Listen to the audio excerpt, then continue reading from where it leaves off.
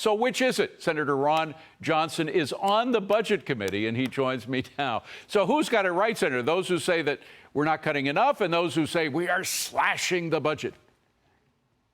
Well, first of all, when you use terms like cutting and slashing, you're playing right into the big spenders game plan here. Yeah, what I've been talking about is returning to a reasonable pre-pandemic level spending, and I've laid out different options. So again, the facts are in 2019, we spent $4.4 trillion. This year we'll spend probably north of $7 trillion. Again, that's more than a 50% increase. Nobody can justify that. Again, if a family had an illness and they had to borrow $50,000 to pay for medical bills, and then that family member got well, they wouldn't keep borrowing $50,000 to keep spending at that level. But that's exactly what we've done. So again, what we need to be talking about is returning to a reasonable pre-pandemic baseline of spending. You always hear people say zero-based budgeting. They're not going to do that, but why don't we go to, again, I've laid out options.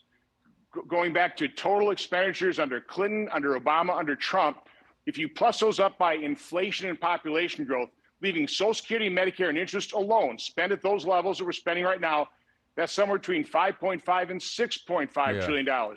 That should be the starting point. And quite honestly, the Senate budget resolution picked a number about $6 trillion, right in between that.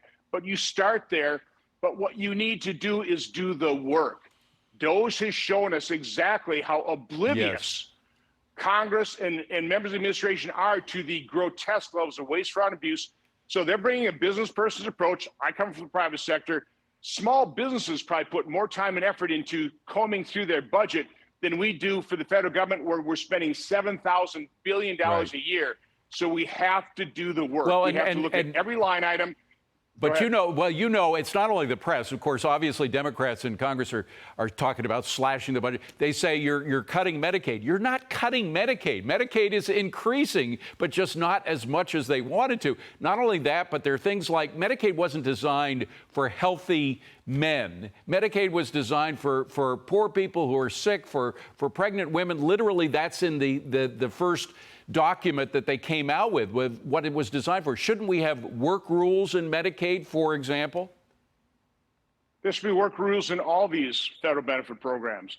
That will encourage people to get back to work. Right now, we don't have enough workers, partly because we pay people not to work. We make it very possible for them not to enter the workforce. So that's why you have to go through this line by line. That's not what's happening right now. What is happening in the House is they're taking a look at all these programs saying we can't cut that, and that. Well, we may take a look at this. Let's tweak it a little bit, get a CBO score. It becomes an arithmetic exercise. And again, they're using the language of the big spenders, cutting and slashing. No, let's go back to a reasonable trend. Again, I don't think we were spending too little in either 1998, 2014, or 2019. Go back to those outlays, put a control on it. Again, population growth, inflation, there's your starting point. But you have to do the work. You have to look at the detail. Senator, and that's the only way this process is going to last for a long time. I have to ask one question about the tax bill. Will we get it before Memorial Day? No. No, there's no way, because, again, unfortunately, President Trump chose the one big, beautiful bill. What he should have done is the multiple-step process. I suggested 3 steps. Get the border funding. Second step, just extend current tax law. So we take an automatic tax Will we get it before the end of the year, quickly? Not if we don't come down with a reasonable pre-pandemic level spending. There's enough of us in the Senate that will not agree to that. Oh, boy, that's bad news. Senator, thank you for that. Appreciate it. Have a good weekend. Appreciate you coming on.